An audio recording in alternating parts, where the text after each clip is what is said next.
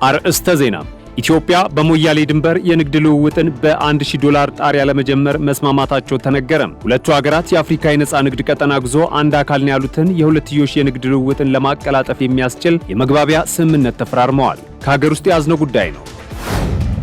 የትንሣኤ በዓል እሳትና መሰል አደጋዎች ተጠብቆ በሰላም መከበሩ ተገለጸ። ህብረተሰቡ በበዓላት ሰሞን ሲያደርጋቸው የነበሩትን የጥንቃቄ ተግባራት በመደበኛ እንቅስቃሴ ወቅትም እንዲተገብር ተጠይቋል። ሰሙታላችሁ። በትግራይ ክልል የተራዘመው የቀድሞ ታጣቂዎች የተሃድሶ ስልጠና በሰኔ ወር እንደሚጠናቀቅ ተገለጸ። የተሃድሶ ስልጠና ይወስዳሉ ተብለው ከሚጠበቁት 270,000 የቀድሞ ታጣቂዎች መካከል 75,000 ለሚሆኑት የተሃድሶ ስልጠና በመስጠት ወደ ማህበረሰቡ እንዲቀላቀሉ ለማድረግ እየተሰራ መሆኑን ተነግሯል። እነግራችኋለን። የ30 ሰዓቱ ተኩስ አቁም መጠናቀቁን ተከትሎ በበርካታ ግዛቶች የሰው አልባ አውሮፕላኖች ጥቃት መሰንዘሩን ዩክሬን አስታወቀች። የዩክሬን አየር ኃይል በኪየቭ፣ ሄርሶን እንዲሁም በዛፖሬዥያና በሌሎች አካባቢዎች ማስጠንቀቂያ መስጠቱ ተሰምቷል። ከውጭ ምንጭ ያዝነው ጉዳይ ነው። ቻይና ሀገራት ዶናልድ ትራምፕን ለማስደሰት እንዳይጥሩ አስጠነቀቀች።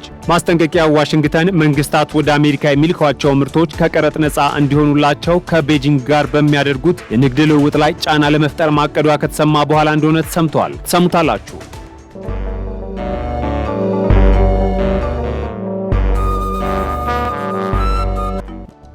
እኒህና ሌሎች መረጃዎችን አብራችሁን ስትቆዩ የምናደርሳችሁ ይሆናል። ከዜናዎቹ ጋር ዳግም ተገኝ ነኝ። አብራችሁን ቆዩ።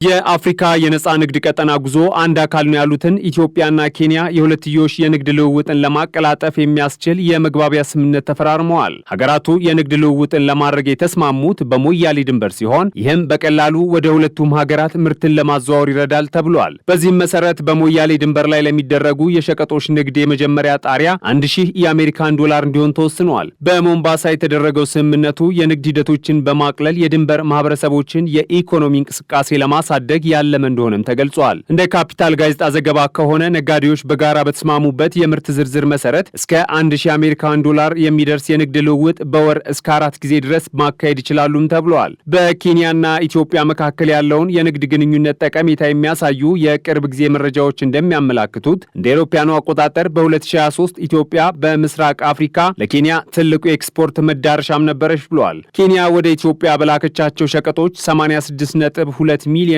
ገቢ ያገኘች ሲሆን ከኢትዮጵያ ወደ ኬንያ የገቡት ምርቶች በዋናነት ቡና፣ ሻይ፣ ህይወት ያላቸው እንስሳትና የዘይት እህሎች ሲሆኑ መጠናቸው $36.7 ሚሊዮን የአሜሪካን ዶላር መድረሱ ይታወቃል ሲል ካፒታል የመረጃ ምንጭ ዘግቧል።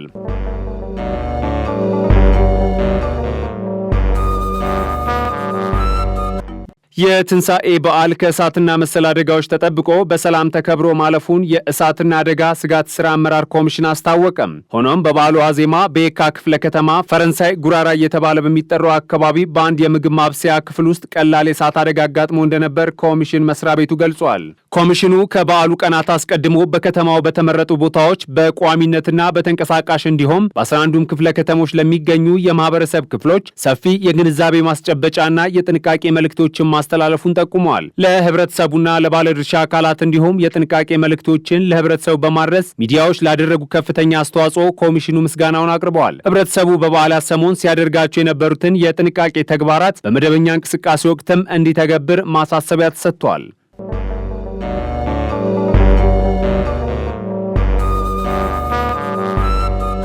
በፕሪቶሪያው የሰላም ስምምነት መሰረት በትግራይ ክልል ተጀምሮ የነበረውና በተለያዩ ምክንያቶች ተቋርጦ የነበረው የ75,000 የቀድሞ ታጣቂዎች የተሃድሶ ስልጠና በመጪው ሰኔ ወር ይጠናቀቃል ተባለም። በትግራይ ክልል የተሃድሶ ስልጠና ይወስዳሉ ተብለው ከሚጠበቁ 270,000 የቀድሞ ታጣቂዎች መካከል 75,000 ለሚሆኑት የተሃድሶ ስልጠና በመስጠት ወደ ማህበረሰቡ እንዲቀላቀሉ ለማድረግ ከክልሉ ጊዜ አስተዳደርና ከመከላከያ ሚኒስቴር ጋር እየሰራ መሆኑን ብሔራዊ የተሃድሶ ኮሚሽን አስታውቋል። የተሃድሶ ፕሮግራሙ በመቀሌ በዕዳጋ ሐሙስና በአድዋ ከተሞች የሚከናወን መሆኑንም ኮሚሽኑ ማስታወቁን ሪፖርተር ዘግበዋል። የቀድሞ የትግራይ ክልል ጊዜ አስተዳደር ፕሬዝዳንት አቶ ጌታቸው ረዳ ጊዜ አስተዳደሩ ከሚመደብለት በጀት ውስጥ ከፍተኛውን መጠን ለታጣቂዎች እንደሚያወጣ መግለጻቸው ሲታወስ አስተዳደሩ በጥቂት ወራት ውስጥ 8 ቢሊዮን ብር ማውጣቱንም ገልጸው ነበር።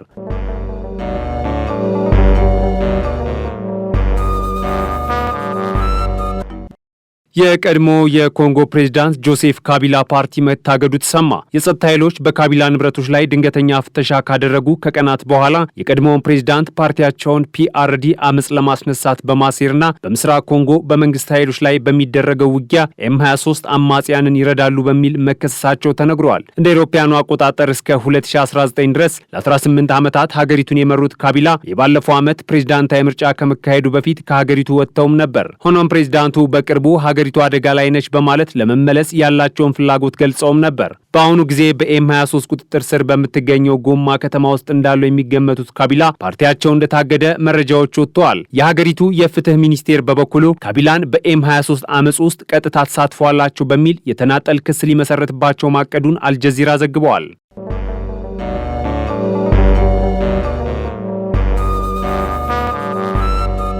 ቻይና ዶናልድ ትራምፕ የጣሉትን ታሪፍ ተከትሎ ሀገራት ከአሜሪካ ጋር በሚያደርጉት የንግድ ድርድር ወቅት አሜሪካን የምትፈልገውን በማድረግ ለማስደሰት እንዳይሞክሩ አስጠነቀቀች። የቻይና የንግድ ሚኒስቴር ቃል አቀባይ ማስጠንቀቂያውን የሰጡት ዋሽንግተን መንግስታት ወደ አሜሪካ የሚልኳቸው ምርቶች ከቀረጥ ነጻ እንዲሆኑላቸው ከቤጂንግ ጋር በሚያደርጉት የንግድ ልውውጥ ላይ ጫና ለመፍጠር ማቀዷ ከተሰማ በኋላ እንደሆነ ተሰምተዋል። የቻይና የንግድ ሚኒስቴር ቃል አቀባይ ለማስደሰት የሚደረግ ጥረት ሰላምን አያመጣም፣ እንዲሁም ክብርን አያቀዳጅም ብለዋል። አክለውም ቻይና ሁሉም አካላት ከፍትሃዊነት ጎን መቆም እንዳለባቸው ታምናለች። እንዲሁም ዓለም አቀፍ የምጣኔ ሀብትና የንግድ ህጎች የሀገራት የንግድ ስርዓትን መከላከል አለባቸውም ብለዋል። ቻይና ይህንን ማስጠንቀቂያ የሰጠችው ለየትኛው ሀገራት እንደሆነ በግልጽ አልተቀመጠም። የትራምፕ አስተዳደር ከንግድ አጋሮች ጋር ታሪፍን በተመለከተ ንግግር መጀመሩ የተገለጸ ሲሆን ባለፈው ሳምንት የጃፓን ልዑካን ቡድን ዋሽንግተን የጎበኙ ሲሆን በዚህ ሳምንት ደግሞ ደቡብ ኮሪያ ለመወያየት ቀጠሮ መያዙም ተነግሯል። የትራምፕ አስተዳደር ባለፈው ሳምንት አዲስ የሚጣሉ ታሪፎችን ሲጨምሩ ከቻይና የሚገቡ ምርቶች ላይ የተጣለው ታሪፍ እስከ 245 በመቶ እንደሚደርስ ተናግረዋል። ዶናልድ ትራምፕ ሀገራቱ ላይ ታሪፍ መጣላቸውን ካስታወቁ በኋላ ከ70 ሀገራት በላይ ለድርድር ጥያቄ ማቅረባቸውም ተገልጿል ሲል ሲኤንኤን ዘግቧል።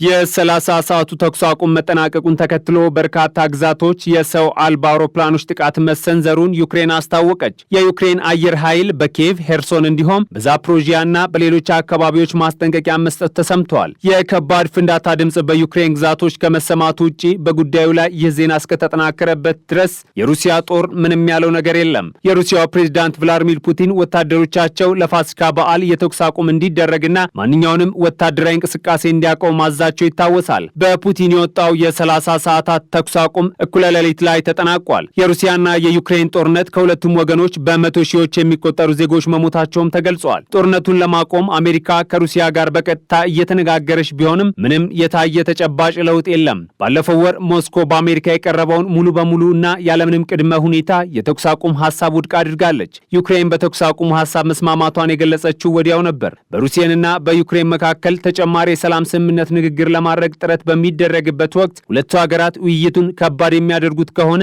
አሜሪካ በአሸማጋይነት እንደማትሳተፍ ማስታወቁ አይዘነጋም ሲል ቢቢሲ ዘግበዋል።